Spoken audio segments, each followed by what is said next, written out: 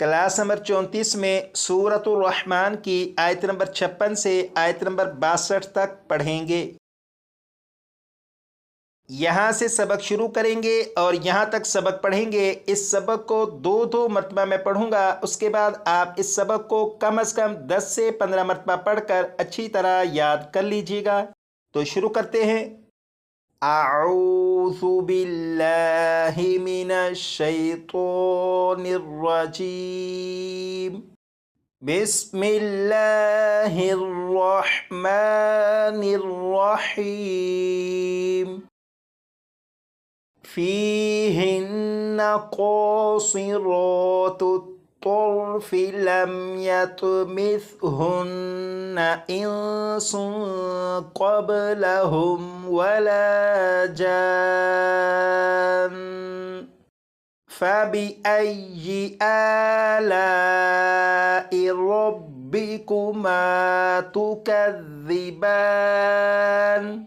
كأنهن الياقوت والمرجان فبأي آلاء ربكما تكذبان هل جزاء الإحسان إلا الإحسان فبأي آلاء ربكما تكذبان ومن دونهما जन्नतान। एक मरतबा फिर सुनिएगा। फ़ीहिन्ना क़ासिरातुत طرف لم يطمثهن إنس قبلهم ولا جان فبأي آلاء ربكما تكذبان كأنهن الياقوت والمرجان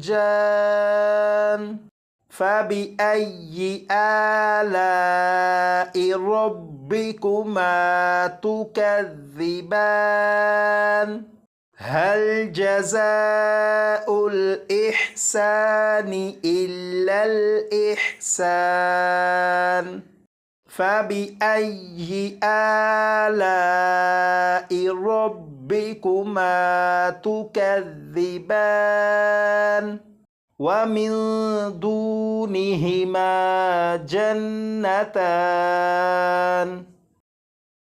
यहाँ से यहाँ तक इस सबक को कम से कम 10 से 15 मरतबा पढ़कर अच्छी तरह याद कर लीजिएगा।